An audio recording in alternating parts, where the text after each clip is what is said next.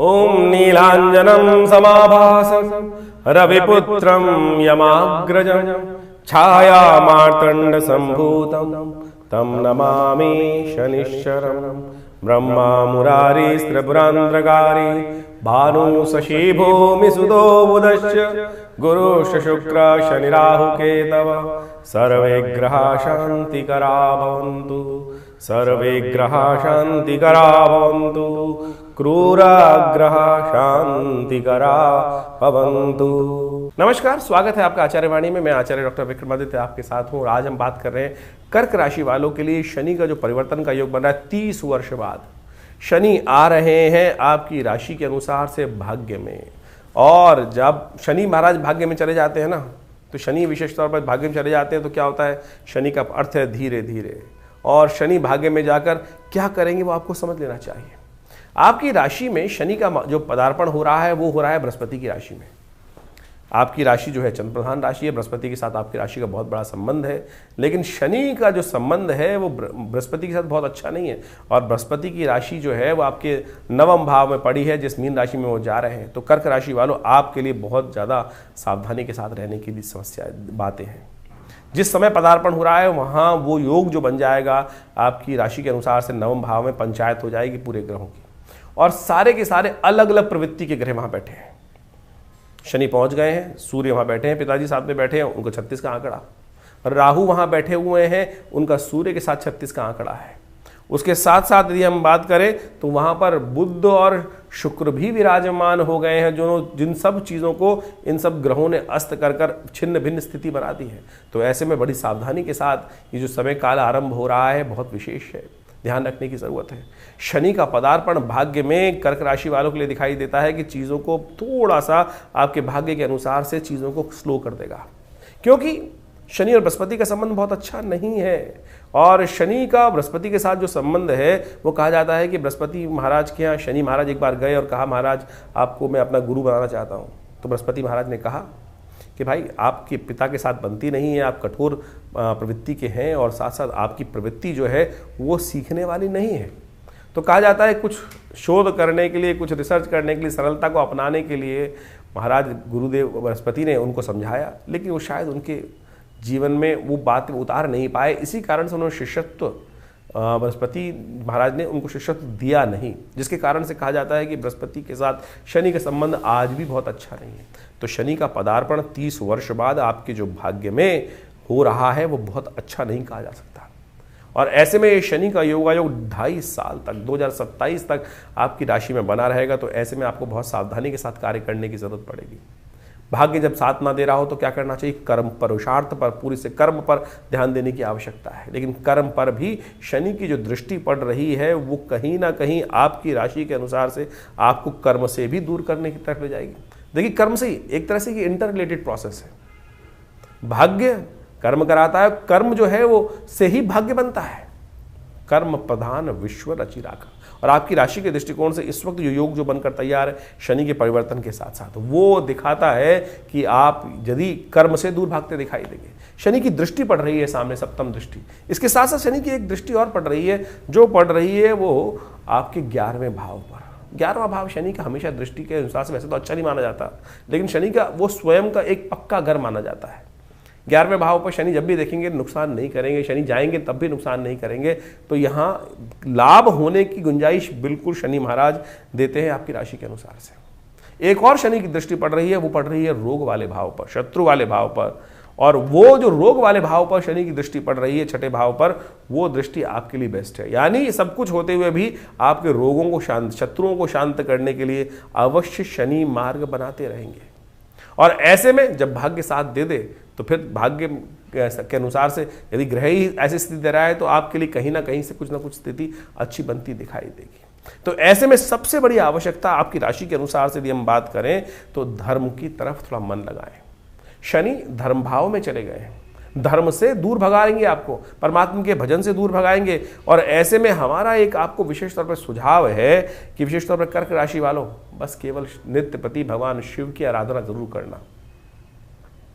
आपकी राशि के अनुसार से हमको दिखाई देता है, यदि आपकी मूल जन्म पत्री में आप देखें, समझें कि कौन से ग्रह वहां बैठे हैं, और यदि उसको देखने के बाद अब ये बताइए, शास्त्र के अनुसार से बहुत उपाय बताए जाते हैं। यहां आपके लिए राशि के दृष्टिकोण से एक बात बहुत अच्छी समझने की आवश्यकता है कि एक दिव्य उपाय हम आपके समक्ष बताने का प्रयास करें। शायद आपने कभी सुना भी ना हो उस उपाय को। हमारे अनुसार से जिस प्रकार के स्वभाव वाला ग्रह वहां बैठा हो आपकी मूल जन्मपत्री में, उसके अनुसार से उस प्रकार के शिवलिंग का यदि आप पूजन नित्यपति कर दें तो ये शनि महाराज जो आपकी राशि में गोचर का पदार्पण कर कर इस वक्त वहां 30 साल बाद आ रहे हैं, तो वो शनि का एक रक्षा कवच प्रदान कर देगा। जैसे वहां बृहस्पति हो तो पीले रंग का शिवलिंग की उनको धारण करके या उनका पूजन नित्यपति करना शुरू कर दें। यदि वहाँ शनि स्वयं आपकी राशि में विद्यमान है तो नीले वर्ण का या काले वर्ण का शिवलिंग का नित्यपति पूजन शुरू कर दें।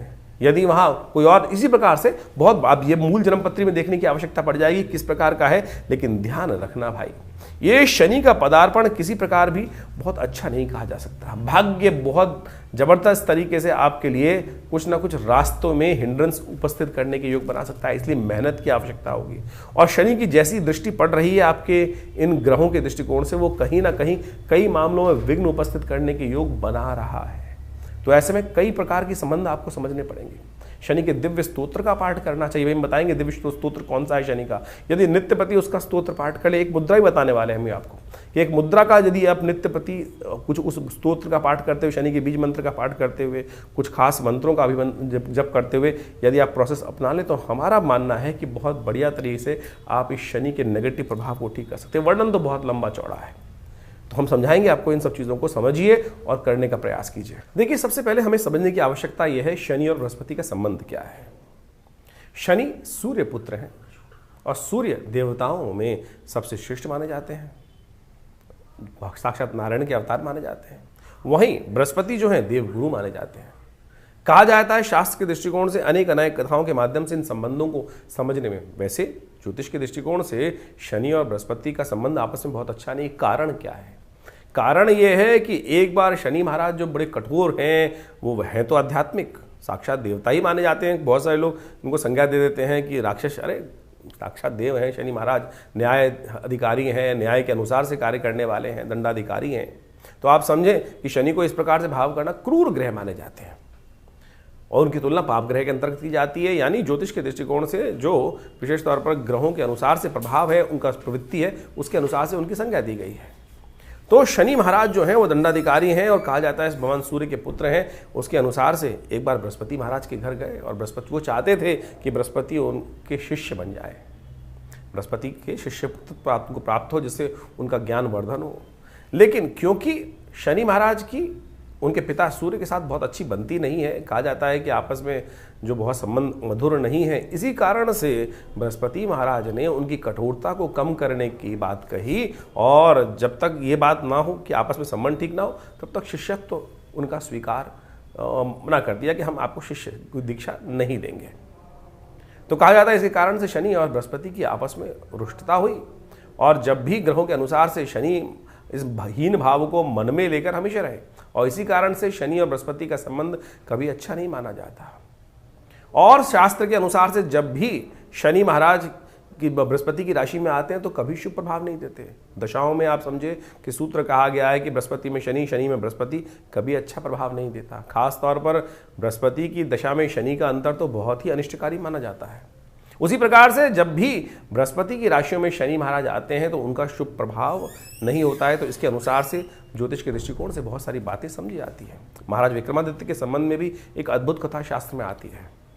उनके न्याय की पूरे विश्व में डंका बजता था, विभिन्न प्रकार की वैतालिक सिद्धियां भी उनके पास प्राप्त थी और न्याय तो विश्व में उनका प्रसिद्ध ही था। कहा जाता है कि एक बार शनि और बृहस्पति उनके राज्य में एक उनकी परीक्षा लेने उपस्थित हुए और जब महाराज ने न्याय किया तो उन्होंने बताया, जब सामने उपस्थित भी हुए शनि की, महाराज मैं शनि हूँ, तो महाराज ने अपने न्याय में कोई कुसंगति नहीं रखी। महाराज विक्रमादित्य ने सही रूप से न्याय किया। शनि महाराज ने उनकी परीक्षा लेते हुए कहा कि महाराज आपने आज मेरे खिलाफ जाकर न्याय दिया है, तो जब मेरा समय आएगा तब मैं आपको बताऊंगा कि किसका प्रभाव क्या होगा।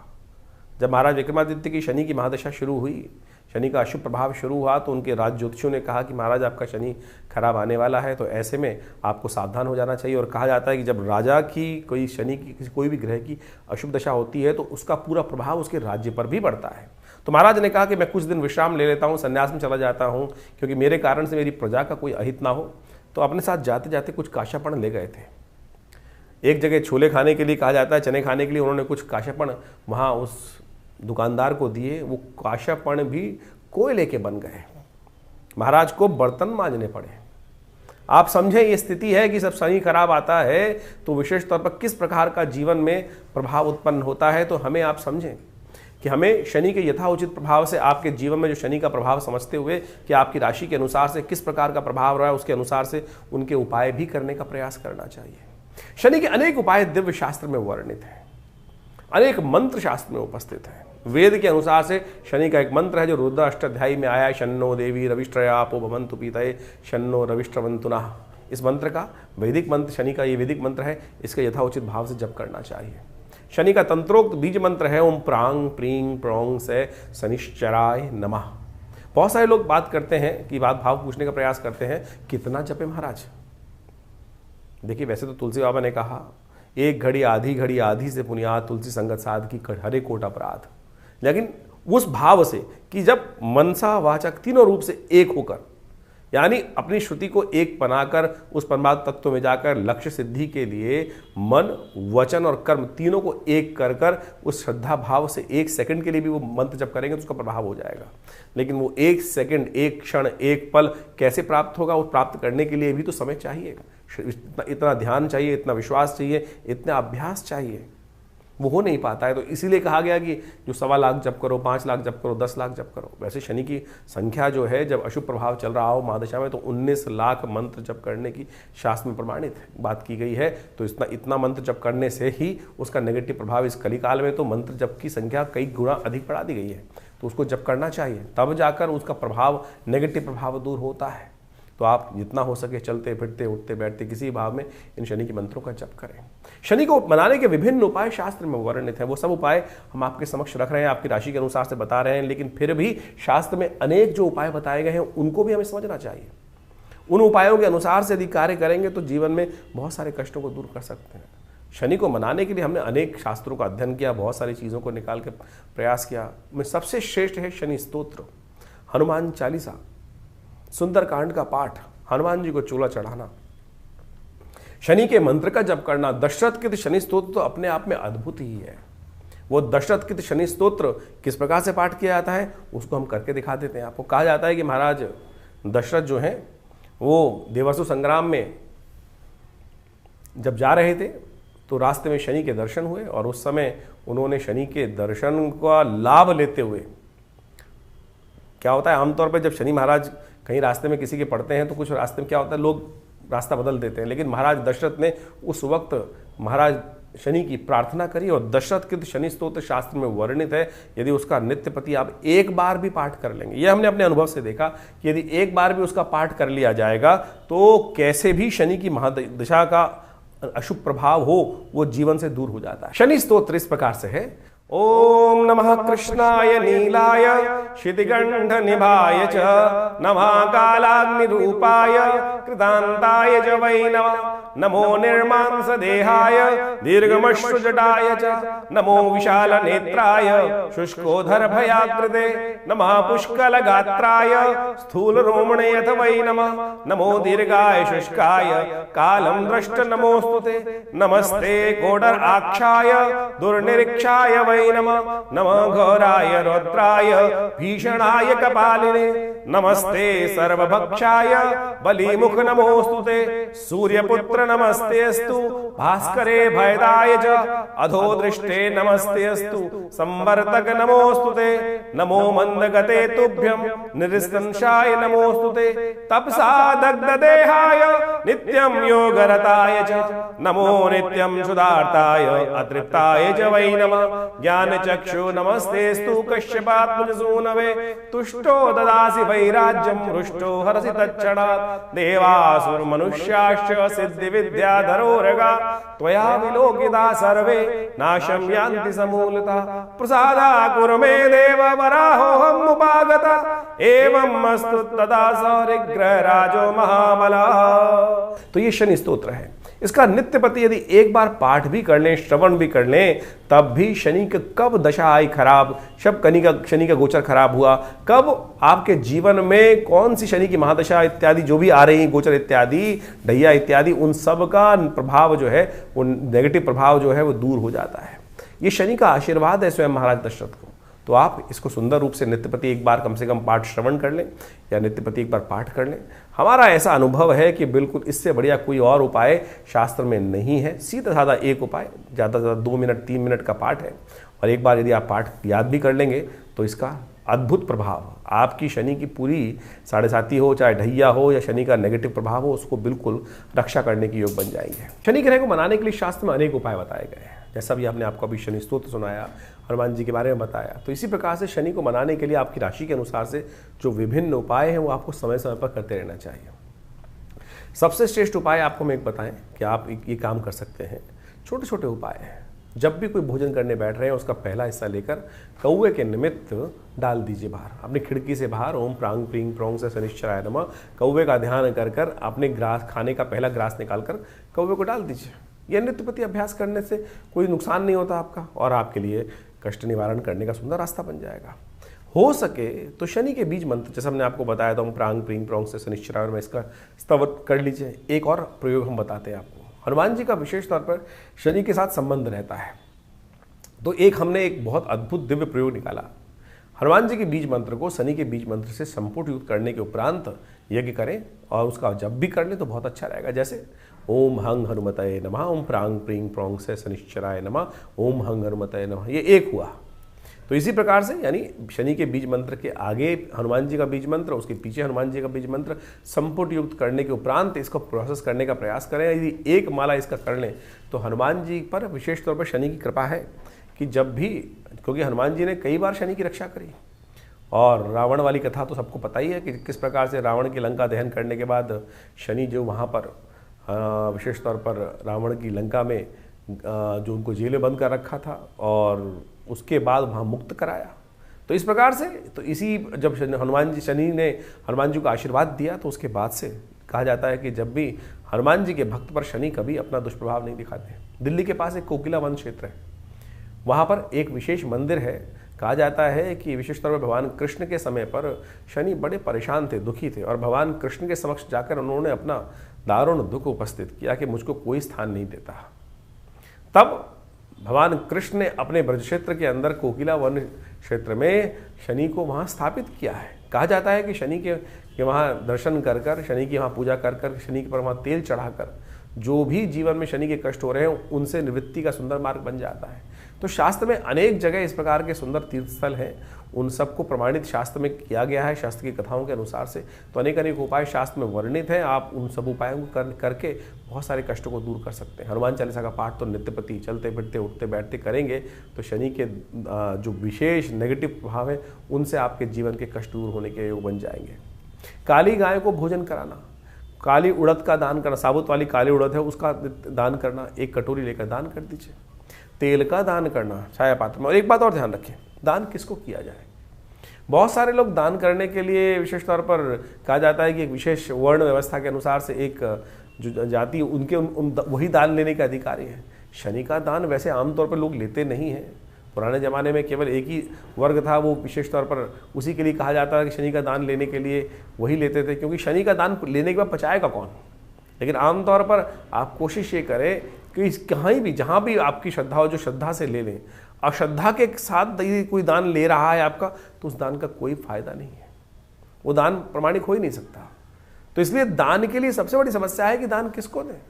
अरे दान का सबसे बढ़िया अधिकारी तो परमात्मा ही है। परमात्मा को ही वो उनका तेरा तुझको अर्पण क्या लागे मेरा। तो यज्ञ आप जो करते हैं ना, यज्ञ में तिल की आहुति यदि शनि के लिए निमित्त दी जाए, ओम प्रांग प्रींग प्रोंग से शनिश्चराय स्वाहा इस मंत्र का उच्चारण करते हुए, तो कहा जाता है कि शनि के तमाम, क्योंकि भगवान को जो आहुति देते हैं वो देवता को ही प्राप्त होती है और अग्नि के माध्यम से वो देवता तक पहुंच जाती है। आप सामने वाला व्यक्ति दान दे रहे हैं, अब समस्या क्या होती है, हमने किसी को दान दिया, कुछ पैसे दान दे दिए और उसने उससे कुछ व्यभिचार कर्म कर दिया, गलत व्यभिचार काम कर दिया, कुछ और नशा कर लिया, तो फिर क्या होगा, दान देने वाले का भी लगेगा, कष्ट होगा कि मैंने दान दिया था और इसका गलत का उपयोग किया गया।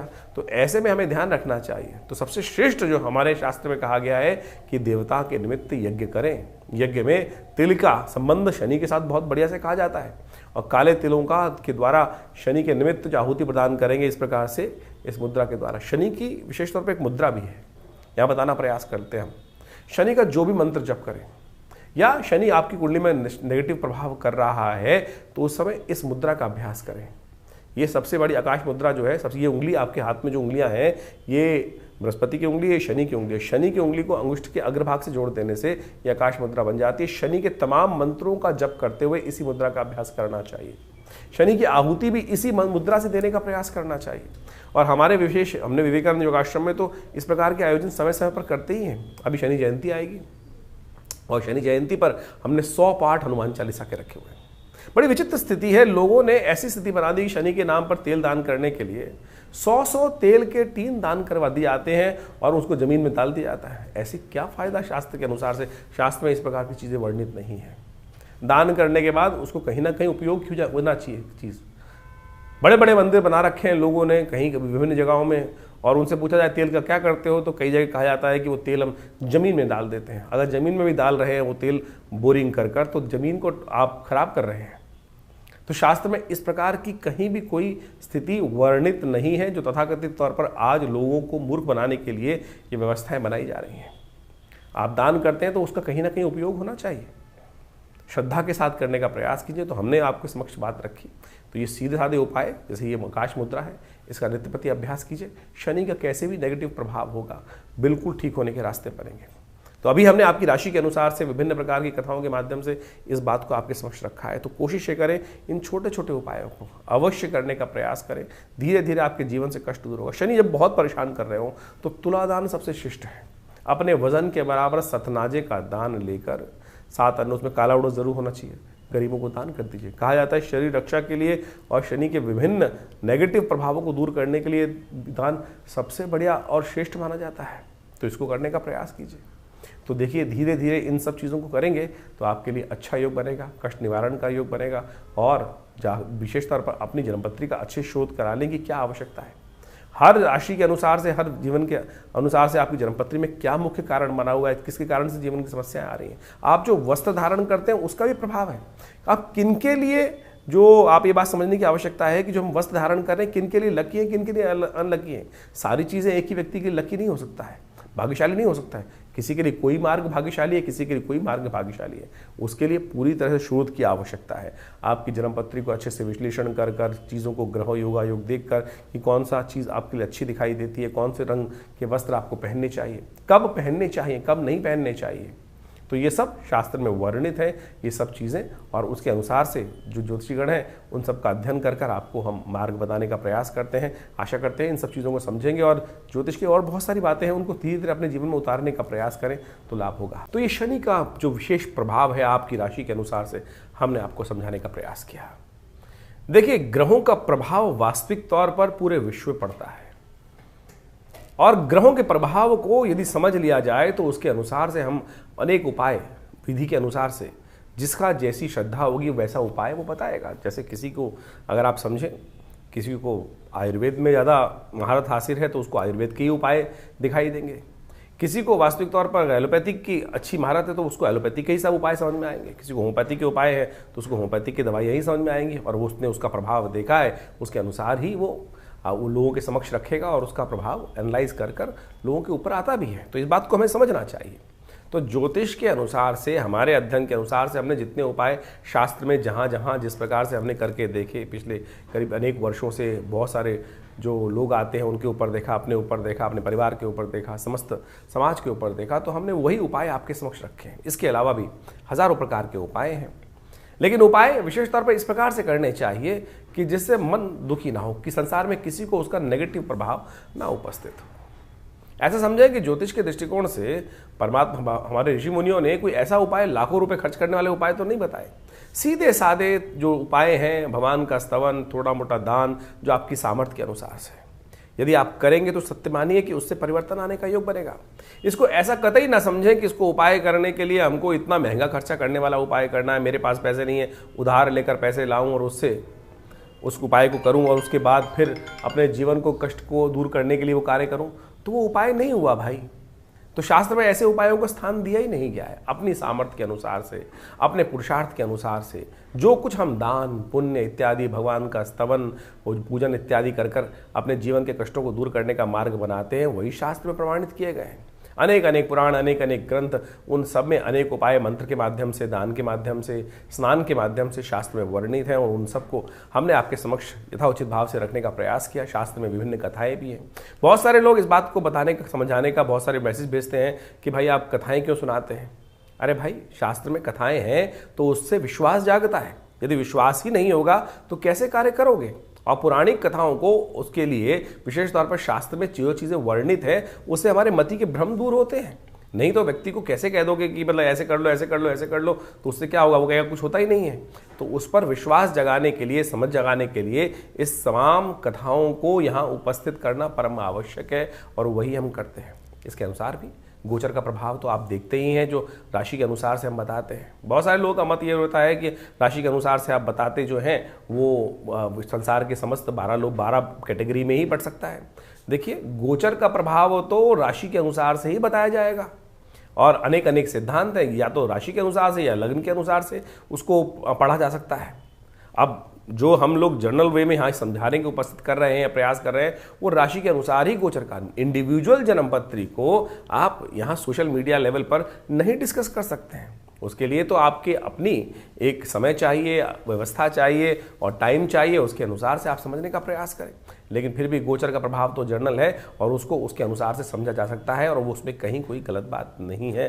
तो उसको आप समझें, उसका प्रभाव अपने अनुसार से उस चीज़ को समझेंगे तो देखिएगा परिवर्तन का योग अच्छे से बना सकते हैं आप। ये उपाय जितने हमने बताए इसका अवश्य प्रयास कीजिए। हाँ, जो उपाय मंत्र संस्कृत के हैं उनका संस्कृत का उच्चारण बिल्कुल ठीक से करने का प्रयास करना चाहिए, तो ही उसका पूर्ण प्रभाव प्राप्त होगा।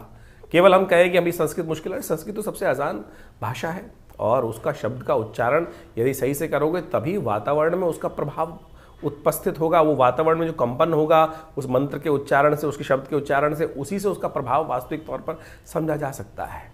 ज्योतिष को वास्तविक तौर पर जीवन में उतारने के लिए बहुत सारे आयाम हैं। आपकी जन्मपत्री, आपके हाथ की रेखा, आपके शरीर विज्ञान के अनुसार से शरीर में कौन कौन से जो चिन्ह हैं उनका क्या प्रभाव है, उनके अनुसार से शुभ हैं या अशुभ हैं, आपकी जन्मपत्री में आने वाले योग हैं कब फलीभूत होंगे। अब हजारों व्यक्तियों की कुंडली में विभिन्न विभिन्न प्रकार के राजयोग हैं, उन राजयोगों को कब फलीभूत होने का समय है, वो दरिद्र योग कब परेशान कर सकते हैं, कुंडली में बैठा हुआ योग कब आपके जीवन में फलीभूत होगा, इन सब चीज़ों को अध्ययन करने की आवश्यकता है। और देश काल परिस्थिति, दशा महादशा, अंतरदशा, प्रत्युत्तर दशा, ग्रहों के इंटरनल कुंडलियाँ, उन सबको समझकर हम उन सब चीज़ों को, प्रभाव को सही रूप से समझ सकते हैं और आपके समक्ष उनके ज्योतिष के चमत्कार को आप स्वयं देख सकते हैं। तो आप आइए विवेकानंद योगाश्रम में। ये शोध संस्थान हमारे पिता आचार्य श्री केशव देव जी महाराज के द्वारा आज से करीब करीब 60-70 साल पहले बनाया गया और वहाँ आज भी उसी परंपरा के अनुसार से, वैदिक परंपरा के अनुसार से समस्त कार्य यज्ञ इत्यादि किए जाते हैं। आश्रम में बहुत बड़ी गौशाला है, साथ में माँ भगवती का बहुत दिव्य मंदिर है, जो मूर्ति 1947 में 1947 में मुल्तान पाकिस्तान से एक व्यक्ति लेकर आया और आज वो दिव्य प्रतिमा माँ भगवती दुर्गा शेरावाली की प्रतिमा आश्रम में प्रतिष्ठित है। चमत्कारिक प्रतिमा है। जो जो उनके सानिध्य में बैठकर यज्ञ करते हैं, उनकी आराधना करते हैं, नवरात्र में और अष्टमी के दिन, नवमी के दिन, चतुर्दशी के दिन भगवती के समक्ष बैठ कर यज्ञ करते हैं, तो उन सब की मनोकामनाएं सिद्धि होने के अद्भुत योग बनते हैं। ये हमारा अनुभव है। जैसी भी जीवन के कष्टों से दूर होने का रास्ता प्रशस्त हो जाता है। तो आप आइए विवेकानंद योगाश्रम में अपने निजी जो भी विचार विमर्श करने के लिए उस संबंध में भी आश्रम पर आकर आप संबंध स्थापित कर सकते हैं। हमारी वेबसाइट है acharyvikramaditya.com, आचार्यवाणी चैनल है और दिल्ली में एक बहुत बड़ा योग प्राकृतिक चिकित्सा आयुर्वेद का हॉस्पिटल भी है और वहाँ पर पूरा अभी हम बहुत जल्दी ही एलोपैथिक हॉस्पिटल का भी निर्माण करने जा रहे हैं। आप सबके सहयोग से इन समस्त भारतीय पराविद्याओं का शोध कर बहुत सारे संस्थान में बहुत सारी करीब 50 से ऊपर विभिन्न पुस्तकें आश्रम के द्वारा प्रकाशित की गई हैं। मुद्राओं के द्वारा कैसे विभिन्न रोग ठीक कर सकते हैं, हमने इस कार्यक्रम में आपको मुद्रा भी बताई कि शनि की मुद्रा को, शनि के नेगेटिव प्रभाव को ठीक करने के लिए कौन सी मुद्रा आपको कर लेनी चाहिए। तो इस प्रकार के तमाम जो भी कार्य है आश्रम के द्वारा किए जा रहे हैं, बहुत सारे संस्थान कार्य किए जा रहे हैं। आप भी हर रविवार को यज्ञ में आ सकते हैं। सुबह 8 बजे से लेकर 10 बजे तक ये यज्ञ का कार्यक्रम होता है, भंडारा होता है। अपने नाम से ही भंडारा कराना चाहते हैं तो उसके लिए भी आश्रम में विभिन्न कार्यों में सहयोग कर सकते हैं। गौ सेवा इत्यादि में अपनी सहयोग देना चाहते हैं तो उसके लिए भी आश्रम के नंबर्स हैं, उनमें भी अपना सहयोग आप देना चाहें तो बिल्कुल बहुत सुंदर तरीके से उसकी व्यवस्था है आश्रम में। तो आप आइए, विवेकानंद योगाश्रम दिल्ली में स्वागत है। धन्यवाद, नमस्कार।